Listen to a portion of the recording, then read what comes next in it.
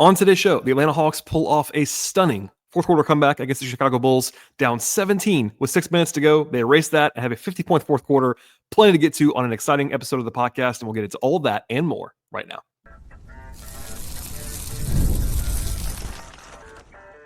You are Locked On Hawks, your daily Atlanta Hawks podcast. Part of the Locked On Podcast Network. Your team every day.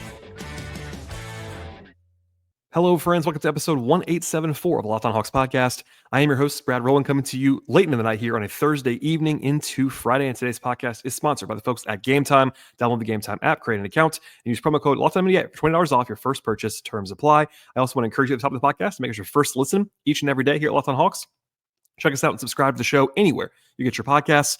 We are on anywhere you might find your podcast on the audio side. Plus, please like the video on YouTube and tell your friends about the podcast. As you can see, if you're watching on YouTube, I am playing a road game this evening. I was not in the building, in a rarity because of holiday travel, etc., for what became a ridiculous game for the Hawks. 141-133, a victory over the Chicago Bulls. Even that, those point totals, the madness of this game is pretty evident by even the box score, but I have to say you should watch the fourth quarter of this game if you haven't already, because it was absolutely ludicrous. I've now watched it twice before I'm recording this podcast, and it doesn't even get crazier along the way. I'll just say this at the top of the podcast. At one point in the fourth quarter, and these are not always the most reliable things in the world, I'll say that, but at one point in the fourth quarter, the Hawks had a 99-point-something% chance to lose this game. The Bulls were 99% plus and win probability, according to a couple of the projection systems that are available in the public sphere. And the Hawks erased that and came back and won this game. They were down by 21 points at one point in this one. They were down 17 with 6+ minutes to go in the fourth quarter. Came back and won by 8. It wasn't like they had to have a shot in the air to win this game in the final seconds. They won this game comfortably by the end, somehow, some way. And really, the Bulls had been their bugaboo for quite some time. They've lost 5 of the last 6 to Chicago before the night, including the first 2 games this season. And for a lot of this game, it felt like that was kind of, deja vu all over again for the Hawks. It's just kind of not solving the Bulls. The Bulls made a lot of shots in this game, a lot of shots in this one. And the Hawks were still shorthanded, no Bogey in this one, as he missed the game again after he missed on Monday as well. The Bulls were shorthanded too, though. No Josh Giddey, Lonzo Ball, Manas Buzelis, Hawks killer Ayo Dosunmu did not play in this game. He was replaced by Javon Carter, who went crazy for Chicago in this one. At the same time, though, the Hawks, just to briefly say what actually happened in this one, they were actually up 7 early in the game with the Hawks, then down by 15 in the same period, which is crazy in itself. They had a good second quarter for the most part, and then had kind of an ugly stretch at the end of the first half to be down by 11 at halftime. A bizarro world third quarter in which the Hawks played great on offense and still lost the quarter because the Bulls made pretty much every shot for the entirety of the third quarter.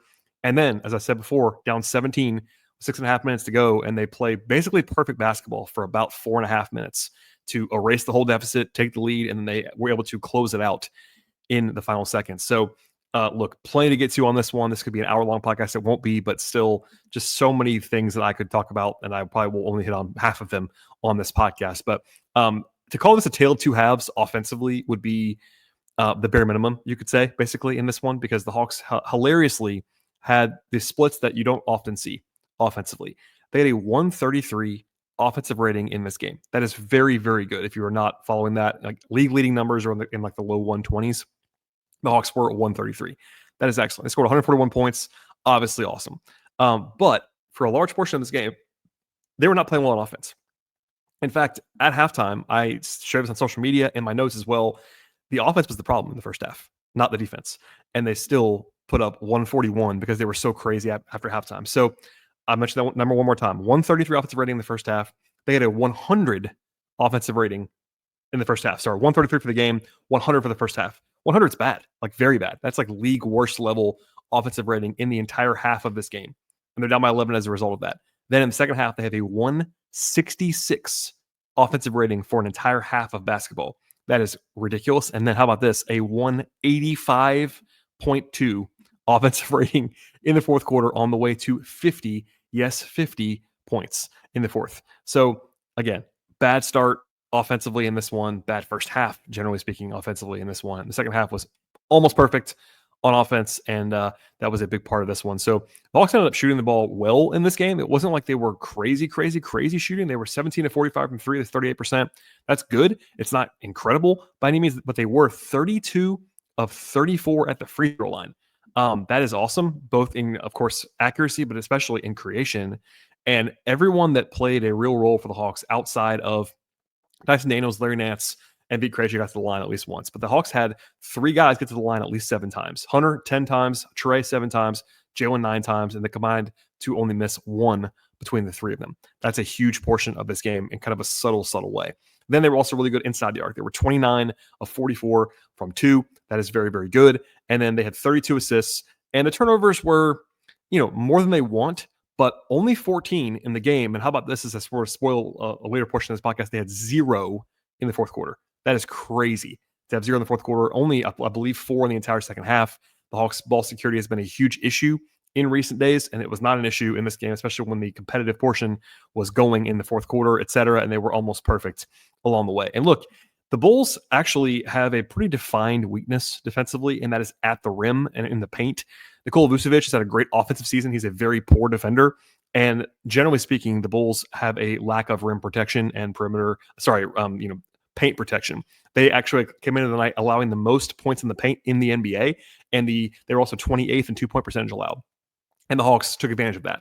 That doesn't factor in all the free throw attempts, which certainly is a big part of that. But even with the free throw attempts not in there, 56 points in the paint is a very good number. And they shot 60+% on 2s. And that ended up being a big important part of what the Hawks did offensively in this one. They were also really balanced. They had 6 guys in double figures in this game. They had 7 guys with 8 points or more, 3 guys with 25 points or more, Hunter with 25, Trae with 27, and Jalen Johnson with a career high 30 in this game. And look, they were not perfect offensively, but they basically were perfect offensively in the second half. You don't often see numbers like this. And the Hawks, even in raw totals, like I usually try to give you the percentages, the rate stats that are a little bit more indicative of how efficient and how good a team was. The Hawks scored 88 points in the second half. That kind of speaks for itself. Even with a fast-paced game, and these are 2 of the top 3 pace teams in the entire NBA, still 88 points and a half is 88 points and a half, no matter how you slice it. And the Hawks were incredible on offense in that period. Now, I will say this. Defensively, it was not perfect in this one, but it's better than you might have thought. They had a 133 points allowed, I should say. A 126 defensive rating is not good by any means. It's bad. But I will say this. The Bulls were 22 of 43 from three-point range in this game.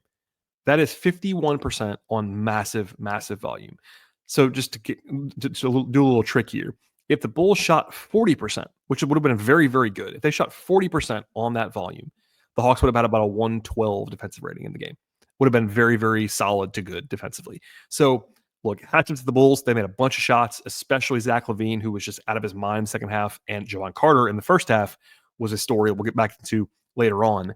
Some of that's poor defense. The Hawks were not great defensively on the perimeter in this game, but I will say the Bulls made more threes than you would expect them to make on those same attempts. But the Hawks did a great job basically everywhere else. They were pretty okay inside the arc. They did a good job on the defensive glass in this game. They only allowed 6 free throw attempts the entire game, which is huge. They got back in transition for the most part. The Bulls got there a little bit, got their running game going a little bit, but not as much as they have in the past against Atlanta. And the Hawks did a good job, generally speaking, other than three-point shooting. And like I said, when it mattered, the Hawks were able to buckle down a little bit. 36 assists allowed is way too many, of course. Like, I think everyone on the Hawks with a silver moment would tell you they did not play their best defensively. But for the most part, in the last, this run, in the last month or so, when the Hawks have been playing really well, it's been their defense that's been leading the way for them. Not tonight, but at the same time, I thought in the first half, and I'll probably say it again later just because it's in my notes, but defensively, they were better on defense than offense in the first half. Now, in the second half, that was flipped, obviously. But part of it was the Bulls making shots. Part of it, the Hawks was just incredible offensively after halftime. But yeah, I mean, broadly speaking, I'll just say this: like the Hawks had a awesome night. It was crazy. I had a different tone prepared for this podcast most of the way through the third quarter into the fourth quarter. Like the Hawks were not playing that poorly, but not playing excellently well. And they flipped things on their head. I mean, we'll get into the details later on, but basically the starting trio of Young, Dyson, and Capella were on the court. It was good. The entire game, Jalen Johnson had a great game as well. And they made this huge push late. And the bench wasn't great in this game. Outside of Hunter, the bench was pretty poor in this game, actually. The stars were good, and the Hawks were able to put together a memorable fourth quarter. In fact, it might be one of those games that we look back on later on the season like, hey, that was a crazy one, huh? And yes, it was. Absolutely. So we'll get into more of the details. If you're a new listener to the podcast, number one, I'm not usually in this recording setup that I'm in right now. It's obviously Christmas week. And also what we do on this podcast is dive into the more, gritty details of these games in the second segment of the podcast. But for now, broadly speaking, an awesome win for Atlanta. Offensively, a ludicrous performance in the second half. We'll get into much more of how this game unfolded in just 1 second. But first, a word from our partners. Today's show is brought to you by Gametime, and they're focused on togetherness this holiday season at Gametime. That means we bring people together at live events. The experience is that much better, and it's the perfect gift for them as well. At Gametime, you get tickets for all kinds of sporting events. That also includes tickets for music, comedy, theater, and much more. They have this feature called Gametime Picks that makes getting tickets even better and easier for you. See your favorite teams or acts play in person. And with Gametime Picks, they take out all the fluff, only show you the incredible deals that are available on great seats. For example, there are awesome deals right now involving the Hawks at Gametime. That includes a pair of tickets for $26 each, including fees for the home game on January 11th against the Rockets. It's an awesome price on a weekend in a major city like Atlanta. And there's more of that happening all the time at Gametime. I love that feature personally. Turn on all so that you can sort of toggle on to have that view of all-in pricing, so there are no surprise fees at the end of the checkout process. Plus, they have the lowest possible price guaranteed at Gametime. Take all the guesswork out of buying tickets with Gametime app. Download the Gametime app right now, create an account, and use promo code LOCKEDONNBA. $20 off your first purchase. Terms apply. Again, use that promo code. It's LOCKEDONNBA after you create an account at Gametime. But that promo code is, one more time, LOCKEDONNBA. $20 off your first purchase. Terms apply. Download the Gametime app today. What time is it? It's Gametime. Today's show is brought to you by Rocket Money. Has Rocket Money helped you find subscriptions that you actually forgot about or that you were paying for twice, perhaps? That's definitely happened to me. I had a few subscriptions that I actually didn't know that I was paying for, honestly. And Rocket Money makes it easy to track them all down and cancel them as a result. It's like having a personal assistant for your finances. Rocket Money is a personal finance app that helps you find and cancel your unwanted subscriptions, monitor your spending, help you lower your bills so that you actually grow your savings. It brings everything together in one place, whether it's subscriptions, your spending habits, or even the goals you want to hit this year. At Rocket Money, they have over 5 million users. They've actually saved a total of $500 million in canceled subscriptions, saving members up to $740 per year when using all the app's premium features. One of my favorites in the app is the subscription tracker. I've used it to cancel services that I actually wasn't using anymore, and I've already saved a ton of money. Plus, with their goals feature, I've been able to automatically set aside money each and every month for my future with no more stressing about budgeting all the time. Cancel your one subscriptions and reach our financial goals faster with Rocket Money. Go to rocketmoney.com/lockedon and do so today. That's rocketmoney.com/lockedon. One more time, rocketmoney.com/lockedon. All right, so we'll go back to the beginning of this one, and it was a pretty crazy, I feel like it was a long time ago now, but the first 4 minutes of this game was like no one's played basketball before, basically. These two teams had a couple of days off before this one. It felt that way. The Hawks were actually up 9-2. They got in the paint a few times in a row to go up 9-2, force a timeout, and then the Bulls, from that point forward, took complete control. A 24-4 run by Chicago with some poor shooting by the Hawks. Offensively, it was not settled at all. But then, again, the other end of the floor, Javon Carter, who I've always liked, to be candid, like I think he's a really good defender, but offensively, he's a very limited player, always has been. He actually made 6 threes in about 7 minutes. And Javon Carter is not having a great year for Chicago. In fact, in that time, he also had 2 separate 4-point play opportunities for the veteran guard. Entering tonight, his season high in scoring was 8 points, and he had 19 points in the first quarter tonight. And he only even played in this game because the Bulls didn't have Dosunmu and Lonzo Ball, and they had to have somebody guard Trae Young other than Dalen Terry, who was fouling out of the game basically early in this one. So it was the most points that Carter's ever scored in a quarter in his career, 19 tonight in the first. And yeah, a couple of shots were open, but the Hawks shouldn't have been game planning for Javon Carter to be like flying over screens and stuff like that. Like, I have a hard time blaming the Hawks too much after watching that back. He just was out of his mind for a little while. But anyway, it happens. It's the NBA. Teams can kind of shoot the ball against you. Sometimes players can, add Javon Carter to the Hawks killer list. And kind of funny moment there. Now, in retrospect, the Hawks won the game. Rotationally, 9 guys played for the Hawks. No surprises. It was Vit Krejci's backup point guard with Garrison Matthews, DeAndre Hunter, and Larry Nance to go along with the 5 starters that have been in there most of the season. They did mostly function with Dyson as the point guard. When Trae was off the court, it was Dyson and Vit, but more of Dyson on the ball. And they kind of went back to the Jalen Trae stagger that they've been using most of the season. I didn't love that it didn't do that on Monday, honestly, and it kind of had mixed results. It was fine, but I like this alignment a little bit better when you at least have Trae or Jalen on the court most of the time, if not all of the time, for Atlanta. Offensively, it was not good in the first quarter, as I gave that number earlier, but they had a sub I think it was like a 75 offensive rating in the first quarter. Like they didn't shoot the ball well at all. Other than Carter's threes, no one else played that great for Chicago, but defensively they were okay. Gave them a game plan for that backup guard making all the threes, but alas, from that point forward, it became an offense first game on both sides of the floor, really. They were down 16 early in the second quarter. They kind of battled back. There was this lineup that they were playing, though, that had Garrison Matthews and Trae Young in the backcourt and Larry Nance at center.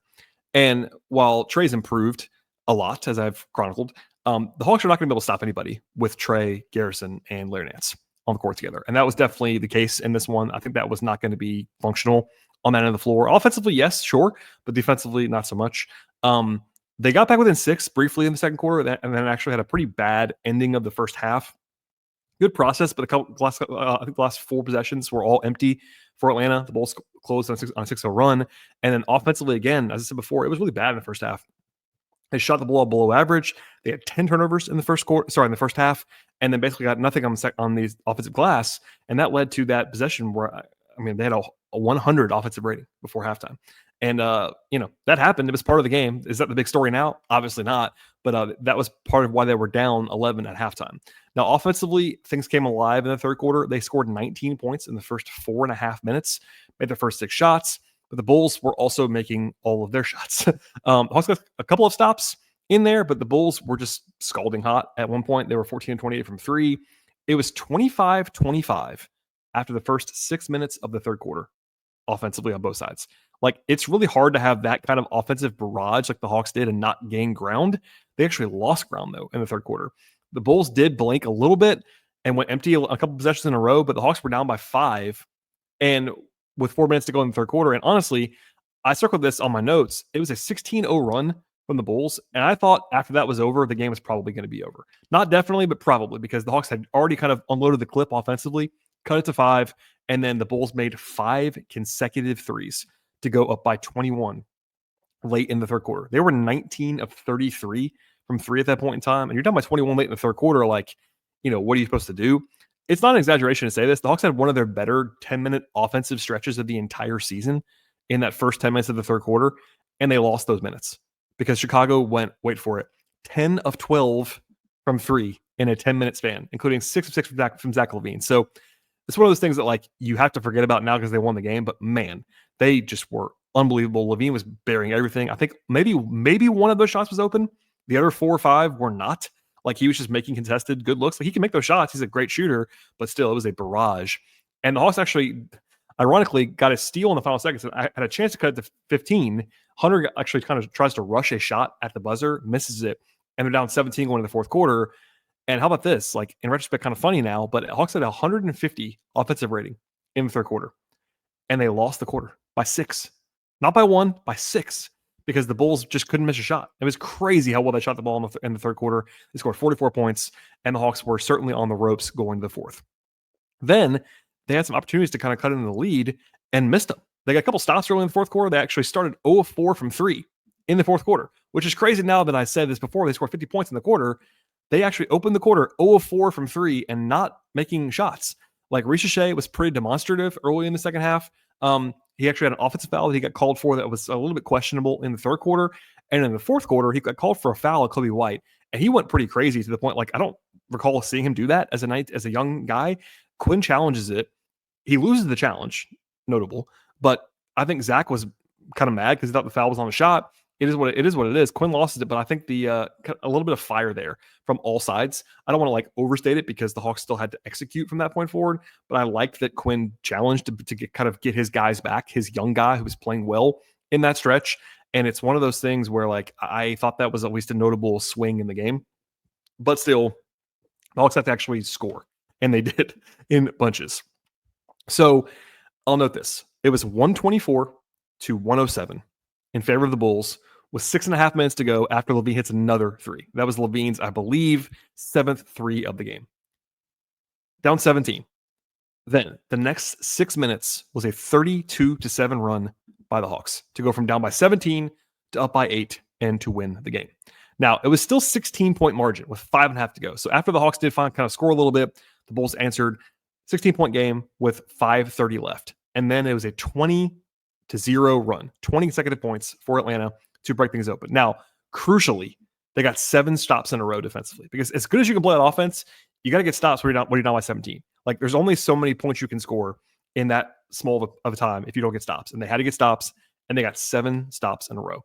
But on offense, here's the short version of the game flow. 3 by Trae, 3 by Dyson. Trae hits a floater. Trae gets to the line, makes both. Hunter hits a 3. Trae hits a 3. Jalen dunks. They finally miss a shot, their first one in this stretch, and they actually got the rebound. Jalen puts it in. So that's a 20-0 run in very condensed form. And look, I'm not a big timeout guy. I think they can get overstated how much of an elixir they are. Fans tend to kind of glom onto that when things don't go well. Like, call a timeout. I get it. You call timeout. It's a natural thing. But I'll say this. I could not believe Billy Donovan didn't call timeout in that stretch. Like, the game just flipping and nothing stopping it. Nothing's going on there. They can't get a stop. They can't score. Help the Hawks, but alas, didn't understand that one whatsoever. So when that barrage ends, the Hawks are up by 4 points with 2 minutes to go. Then Hunter has a great block in the corner, but then it goes out of bounds. Vucevic hits a 3 on the possession after that, and then suddenly it's a 1-point game again after all of that, and Chicago makes their 22nd 3 of the game, and the Hawks could have crumbled there. They did not, though. Jalen finds Capella for a lob dunk. Then Jalen gets a steal, leads to a run-out layup to go up by 5 with 1:20 to go. They did allow a bucket after that to go back down, up by only 3. But then Trae gets to the line, makes both to go up by 5 with 1 minute to go. And then the Bulls missed a pretty good look, actually, that would have maybe got things interesting again. Then Capella seals the backside. Hunter gets the ball. Then Trae finds Dyson in the middle of the defense. He flips it to Hunter, who draws a foul, driving into the rim, and then Vucevic gets teed up. So it becomes a 3-point possession. Hunter makes all 3 to go up by 8 points, and that is that. So that's the short version. I could go down on that for hours, honestly. But it was an incredibly impressive performance by all parties involved. And here's some numbers for you before we move on to the rest of the podcast. A franchise record for scoring in a fourth quarter with 50 points for the Hawks. That is the franchise record. And by the way, this is a franchise that's existed for a very, very long time, dating back to St. Louis. 50 points in the fourth quarter. The most before that was 48 in 1997, 67, 57. So before this, they hadn't even gotten to 48 in almost 30 years. And this is now the franchise record for points in a fourth quarter. Also 4 shy of the record for the team in points in any quarter. They had 54 points, and that record stood since 1970. So it's been a while for that one. How about this? This is also from Hawks PR. This is the only time since the NBA went to advanced tracking in 2003, so 20 plus years, that any NBA team has had 50 points and no turnovers in the fourth quarter of a game. First team in that span to have 50 points, 0 turnovers. By the way, the Hawks, 0 turnovers in the fourth quarter. And then the only time only the fourth time that any team in any quarter has done that in 20 plus years. 50 points, 0 turnovers. That good. So this is going to sound crazy. They didn't shoot it maybe as well as you might think for 50 points in the quarter. And when I say that, I mean from 3. So it was only 5 of 13 from 3, including 0 of 4 to begin the quarter. So they meant that 5 of the last 9, but 5 of 13 from 3 is like a pretty normal number. But they were, how about this, 10 of 11 on 2s and 15 of 17 at the free throw line. Also, they had 6 offensive rebounds and once again, 0 turnovers. That is a formula for success, let's say.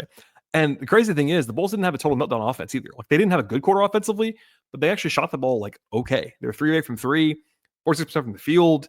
Like, they did have 6 turnovers, but like to lose a quarter by 25 points, you expect like a total meltdown, and they actually didn't really have one. Like, obviously their defense melted down in a big way, and things went off the rails for the Bulls, but crazy stuff. And the Hawks, of course, played incredibly well, but I could share numbers all night long, but I'll just say this one more time. It was pretty much a perfect 6-minute stretch for the Hawks. From the middle of the fourth quarter until about the 1 minute mark of the fourth quarter when things kind of ended, it was virtually perfect. You never want to describe actual perfection in basketball terms, because like you can always do something better. But the Hawks were pretty much picture perfect, and they kind of had to be to erase what that deficit was. But hey, every once in a while, like you say, and I'll say this on the show, like you're down by a certain number, like all right, you're not dead, but you're like kind of dead. The reason why you're not totally dead is something like this, or if you play perfect basketball, you can kind of erase it, and the Hawks did in this spot. Okay, we'll get into the individual player stuff because I have plenty more to share on today's podcast, I promise you. Stay tuned for that in just one moment. Today's show is brought to you by Robinhood Gold. With Robinhood Gold, you do not need a silver spoon to eat the financial favors of the 1%. And Robinhood Gold allows you to get the rates and perks you usually reserve for the high society and now the resourceful individual. Robinhood Gold can earn the very little rate of 4.25% APY on uninvested cash and be rewarded with a handsome 3% retirement boost on IRA account contributions. Robinhood Gold provides the privileges of the high net worth for any net worth, and these generous benefits are available now for only $5 per month. The new gold standard is here with Robinhood Gold. Sign up now at robinhood.com/gold. That's robinhood.com/gold. Terms apply. Price-specific disclosures, visit robinhood.com/gold. Investing involves risk. Rate may change. Gold membership is offered by Robinhood Gold, LLC.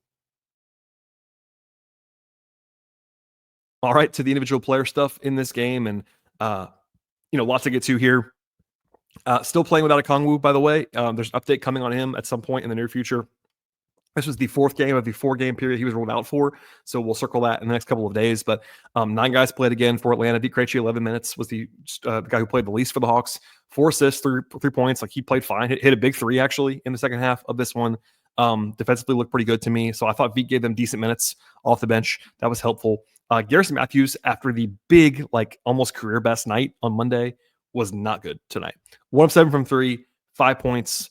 Defensively, it was kind of a mess. He and Nance had some pretty rough plus minuses, and they kind of earned them, honestly, on defense in particular.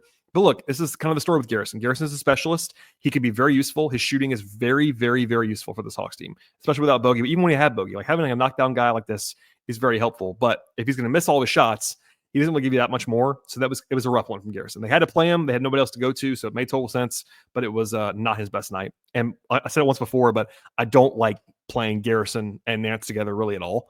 Especially with Trae. That trio just probably can't play together. Speaking of Nance, offensively, he did fairly well at times. 12 points on 9 shots for Larry in this game. He did have a steal and a block, but he was minus 15. Defensively on the glass, it was not his best performance. They were much better with Capella as Capella was on the court for that whole run in the fourth quarter. Made some sense. Look, Nance is much more dynamic than Capella is offensively. That's not a huge surprise, but defensively, the gap is pretty big there, and it showed up in this game.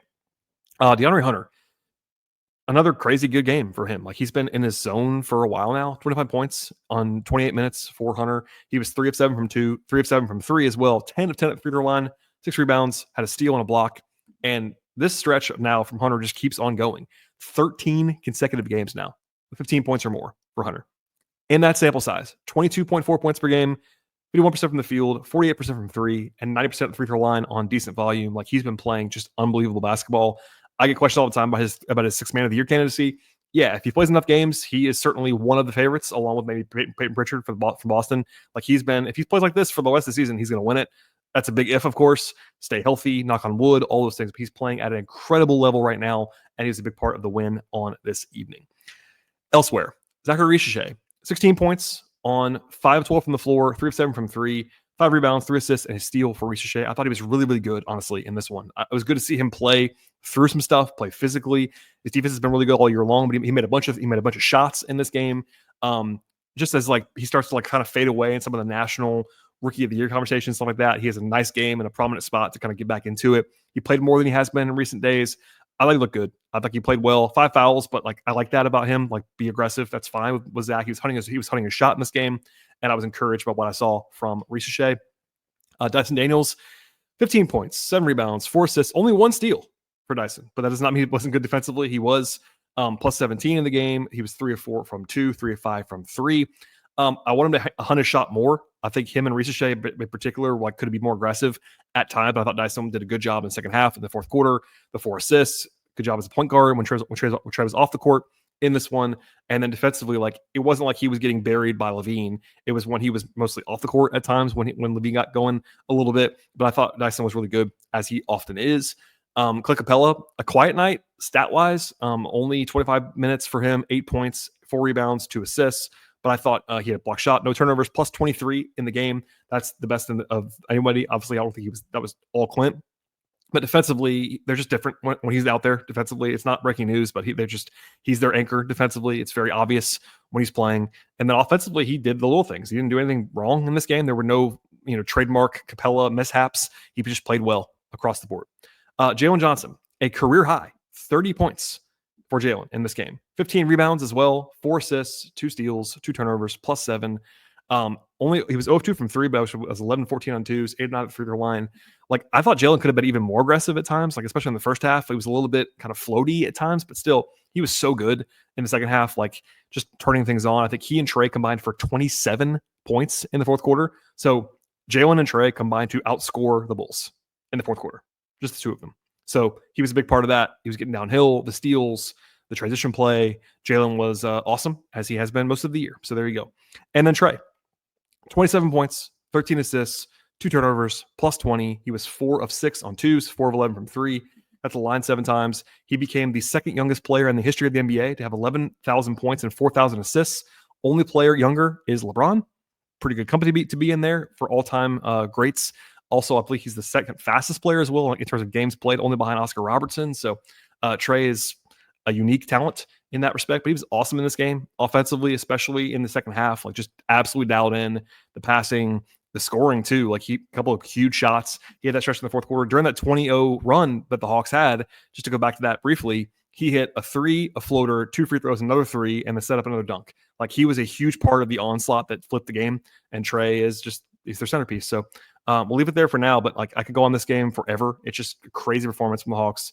The fact that they were able to win this game. Like, I wasn't saying that I was writing this game off by any means in the fourth quarter, but they were 99% in some of these projections. Like, I wouldn't have gone that far if I would have said something like 95%. Like, the Hawks did not have more than a 5% chance of winning this game with 6.5 minutes to go. And yet they played perfectly after that and won it. So, memorable game for the Hawks. They're now above 500 again, 16-15 for the season.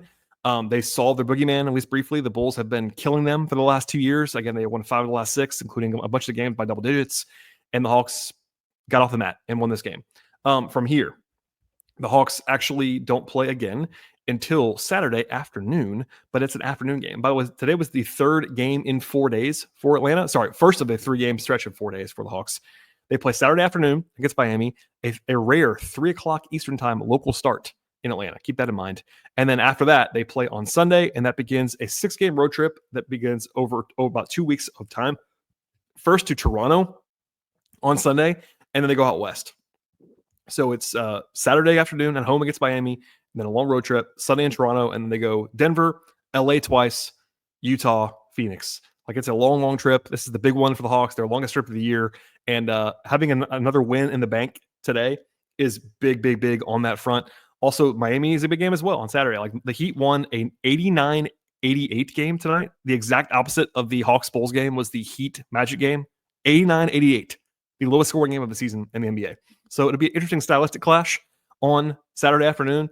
And look, if the Hawks can win on Saturday, they are like, the Magic are certainly in control of the Southeast Division right now. I think they have like a 4-game lead. But if the Hawks beat the Heat, interesting stuff. I'll just put that out there. Anyway, circle that one on Saturday afternoon. I'll be in the building for that one. I'll be back in the saddle, and we'll have a new podcast immediately after that game is over, as we always do.